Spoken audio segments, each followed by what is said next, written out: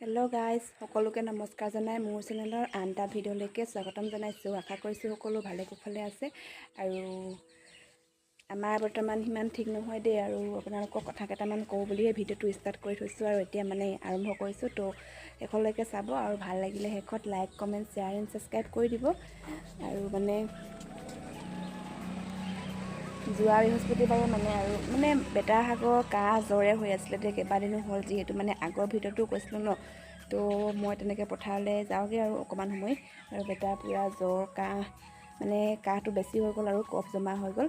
তো তেনেকৈ মানে মৰাণ মেডিকেল কলেজত মানে দেখাবলৈ বুলি গৈছিলোঁ আৰু তো তাত মানে এৰাতি থাকিবলগীয়া হ'ল আৰু চিট দি দিলে। যিহেতু বেটাৰ মানে কফটো বেছি হৈ গ'ল বুলি, গেছ দিব লাগিব বুলি, আৰু বেলেগ মেডিচিনৰ একো উপায় নাই বুলি ক'লে। মানে আগদিনাখন যিহেতু মানে আমাৰ ওচৰতে চাৰিআলিতে মানে ফাৰ্মাচীত দেখাই মেলি আনিছিলোঁ যিহেতু, তো তাৰ কাগজখনো মানে তালৈকে লৈ গৈছিলোঁ আৰু দেখাই মেলি। তো দৰৱখিনিতো একেটাই বুলি ক'লে আৰু তো সেইকাৰণে গেছ দিব লাগিব বুলি ক'লে। এনিশা ৰখাই মেলি থ'লে আৰু আমাক তাত। তো তেনেকৈ থাকি মেলি আহিলোঁ আৰু বেটা আৰু গেছ নলয় নহয়, কেনেকুৱা উৎপাত আৰু ডিঙি চিঙি মানে 4জনী 5জনী লগ খায়ো মানে তাক গেছ দিবই নোৱাৰি আৰু দেই। আৰু মেডিচিনবিলাকো দি আছে তেনেকৈ, আৰু হাতত পূৰা চেন্দুলা লগাই মেলি দিলে।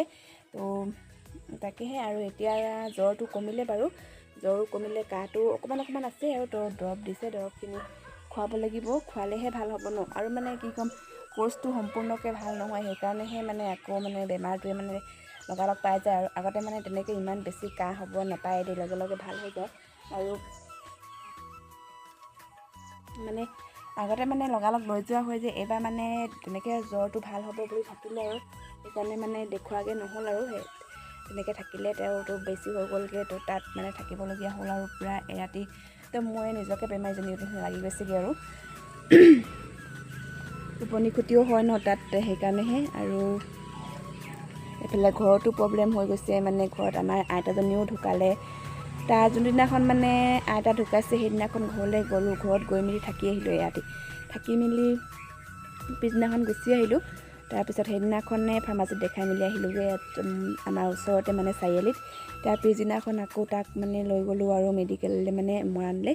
তো আমি দেখাবলৈ বুলি গৈছিলোঁ আৰু চিট দি দিলে। পিছতে ভাইটিয়ে কাপোৰ কানিবিলাক নি দিছে আৰু যিহেতু ঠাণ্ডা আৰু তাত তেনেকৈহে গ'ল আৰু দিনটোতে যেনে তেনে। এতিয়া ভাল হ'লগৈ আৰু বেটাক আপোনালোকে সুস্থ হ'বলৈ আশীৰ্বাদ কৰিব আৰু সোনকালে। এতিয়া বাৰু ভাল পাইছেগৈ অলপ, আৰু সোনকালে চব ভালকৈ কুশলে যাবলৈ মানে আশীৰ্বাদ কৰিব। আৰু কেইবাদিনো হ'ল যিহেতু ভিডিঅ' চিডিঅ' একো দিয়া হোৱাও নাই। এইফালে মানে আইতা খবৰটোতো আপোনালোকৰ মানে এইবোৰ একো ভিডিঅ' কৰিব নহ'ল, আৰু চিটুৱেশ্যনটো কেনেকুৱা আপোনালোকে গম পায় ন, সেইকাৰণেহে। তো আজিৰ পৰা আৰু মানে আজি আকৌ ভিডিঅ'টো ষ্টাৰ্ট কৰিছোঁ আৰু তো আপোনালোকে চাব, সেয়াই। তো চাই থাকক। আৰু মেডিকেলত ভিডিঅ' অকণমান কৰা আছে, তো তাৰ ক্লিপকেইটা আপোনালোকক এইটো ভিডিঅ'তে মানে এণ্ড কৰি দিম বুলি ভাবিছোঁ। আৰু চাই থাকিব ভিডিঅ'টো। আমাৰ বেটা গা বেয়া দেই, ডাক্তৰখন নিব ওলাইছোঁ। অৱস্থা বেয়া হৈ গৈছিল আৰু একো নেখায় নবৈ। ডাক্তৰখন নাযা, ক'ত যাবা আকৌ? কুকুৰ টুপিটো আন যাবা, ডাক্তৰখন নোযোৱা?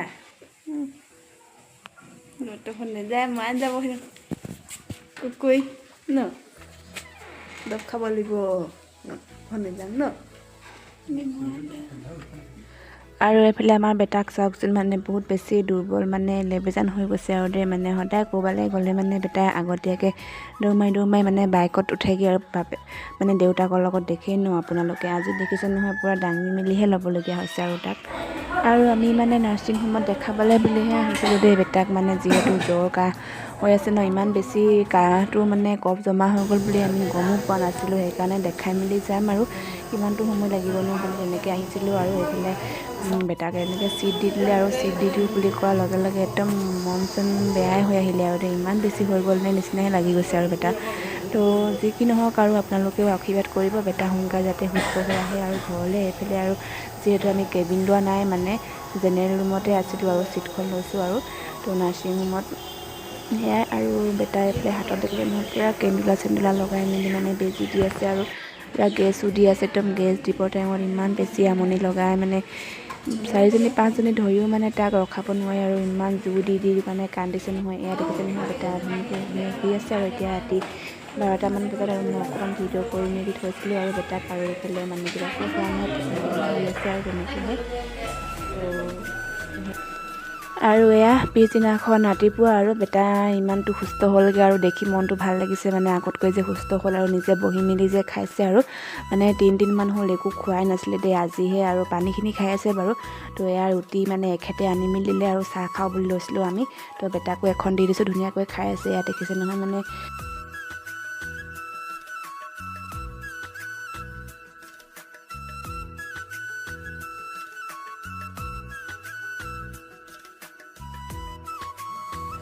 আজি ঘৰত যামগৈ দেই তোমাক বেজি দি দিছে ন আজি যামগৈ আমি দেই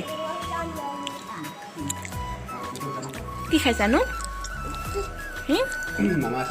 ৰুটি খাইছা তোমাৰ কি হৈছেনো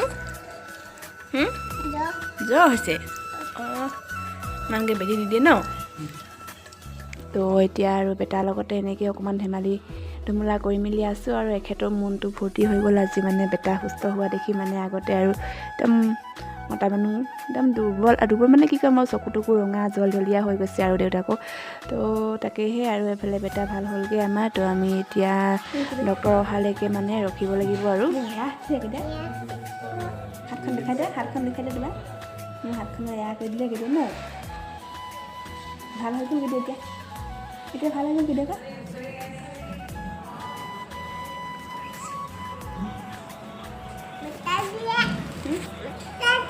বিষাইছিলে অঁ কান্দি অঁ বিষাই দিলে বতাহ দি দিয়ে অঁ কেলৈ বতাহ দি দিয়ে এই মুখত দি দিয়ে নেকি ক'ত দি দিয়ে বতাহ কান্দি দিয়া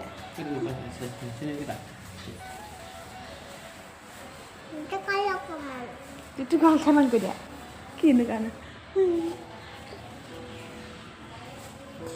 আৰু কেলে পানী খালাম কৈ দিয়া কৈ ল'বা কৈ দিব বাহিৰে সেইপিনে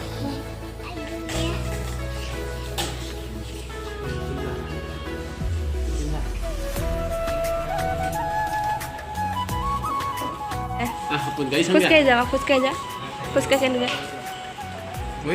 লাহে লাহে যা